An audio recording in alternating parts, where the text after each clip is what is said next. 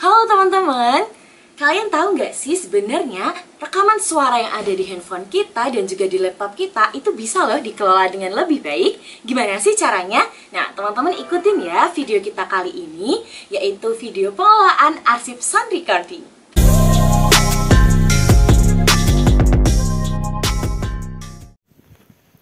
Pada langkah yang pertama ini, seleksi dilakukan untuk memilah arsip rekaman suara media CD atau DVD antara arsip yang baik untuk dapat diolah dengan arsip yang tidak dapat diolah.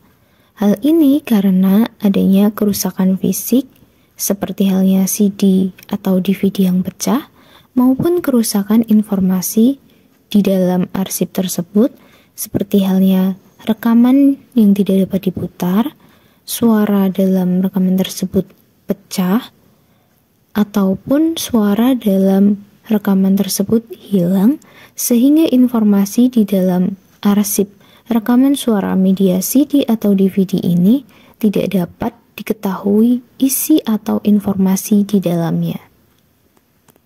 Hal ini penting untuk dilakukan sebelum dilakukan identifikasi.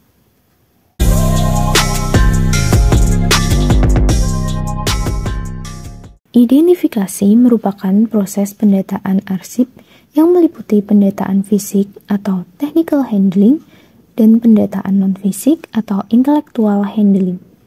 Technical handling diketahui dari fisik arsip, sedangkan intellectual handling diketahui dengan cara memutar CD atau DVD melalui komputer. Hasil identifikasi tersebut berupa data-data yang tertuang dalam kartu identifikasi. Berikut merupakan contoh kartu identifikasi yang harus diisi pada proses ini.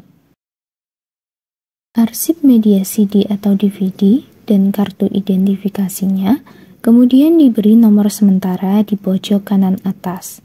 Hal ini dengan cara menulis inisial nama pengidentifikasi kemudian diikuti nomor urut pengerjaannya.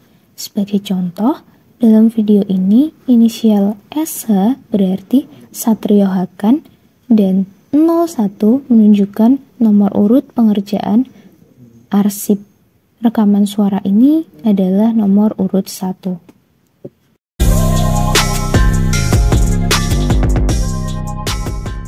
Dalam melaksanakan pengelolaan arsip rekaman suara, kita memerlukan skema klasifikasi yang disusun secara sistematis dan logis dengan urutan main subject yang didasarkan pada jenis arsipnya, kemudian diikuti dengan perinciannya yaitu sub-subject dan juga sub-sub-subject. Nah, bisa dilihat di dalam video ini ya teman-teman. Di sini untuk main subject-nya ada SR atau sound recording. Kemudian untuk sub-subject-nya ada RR rekaman riset, OH oral history, RO rekaman official, RE rekaman educational, RA rekaman anniversary, RB rekaman broadcasting dan journalism.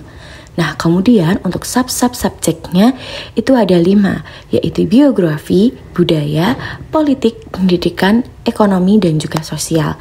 Nah, gimana sih caranya untuk menyusun kode klasifikasinya? Kita tinggal mengurutkan saja. Misalnya kita akan membuat kode klasifikasi arsip rekaman suara yang berkaitan dengan biografi. Berarti nanti untuk kode klasifikasinya adalah MD atau medianya, garis miring SR, yaitu sound recording, titik OH oral history, kemudian titik 00, kemudian garis miring, dan dilanjutkan dengan urutan arsipnya.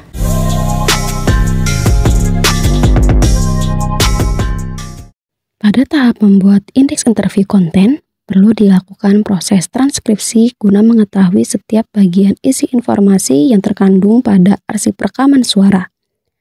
Setelah itu, membuat indeks interview konten yang berisikan identitas pada arsip rekaman suara dan menuliskan topik sebagai isi informasi arsip serta durasi yang terkandung dalam topik tersebut.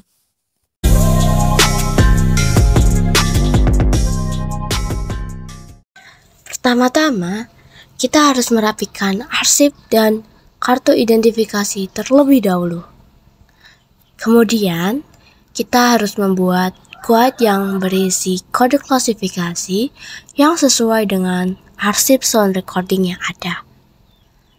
Nah, ini adalah guide arsip sound recording yang sudah jadi dan dapat digunakan untuk menyimpan arsip.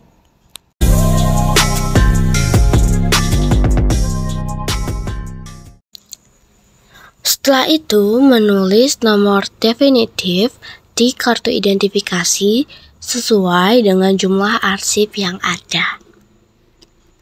Nah, lalu arsip sound recording kemudian ditata sesuai dengan klasifikasinya.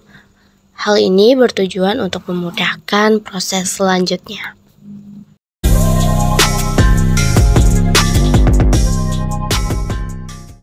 Setelah arsip dimanuver berdasarkan penataan kartu deskripsi, maka CD dapat langsung ditata pada tempat penyimpanannya. Sebelum dimasukkan ke dalam tempat penyimpanan, CD diberi casing terlebih dahulu.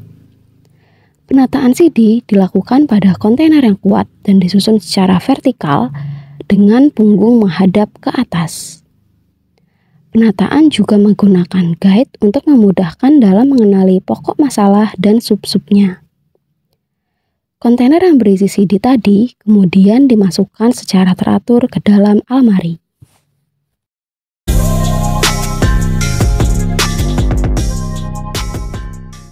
Selanjutnya adalah pembuatan daftar koleksi arsip.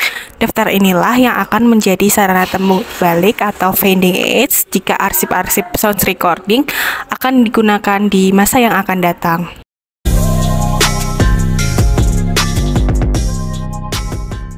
Teman-teman, kita juga harus melakukan perawatan dan pemeliharaan arsip sound recording agar di masa yang akan datang kita bisa menggunakannya kembali. Nah, gimana sih caranya kita menjaga dan merawat arsip sound recording? Yang pertama, kita bisa melakukan pembersihan CD dan tempat penyimpanannya secara rutin. Kemudian, kita tidak boleh meletakkan CD atau arsip sound recording di lantai dan dilarang untuk menjatuhkannya.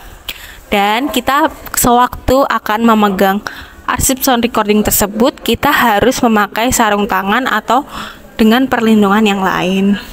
Selain itu, kita juga harus menjaga suhu ruangan agar arsip sound recording tidak mudah rusak. Begitu ya teman-teman. Oke, gimana nih teman-teman setelah melihat video kita tadi? Pastinya teman-teman jadi lebih paham kan? Dan tentunya teman-teman juga lebih bisa mengolah arsip kalian masing-masing di rumah. Sampai jumpa di video selanjutnya. Dadah!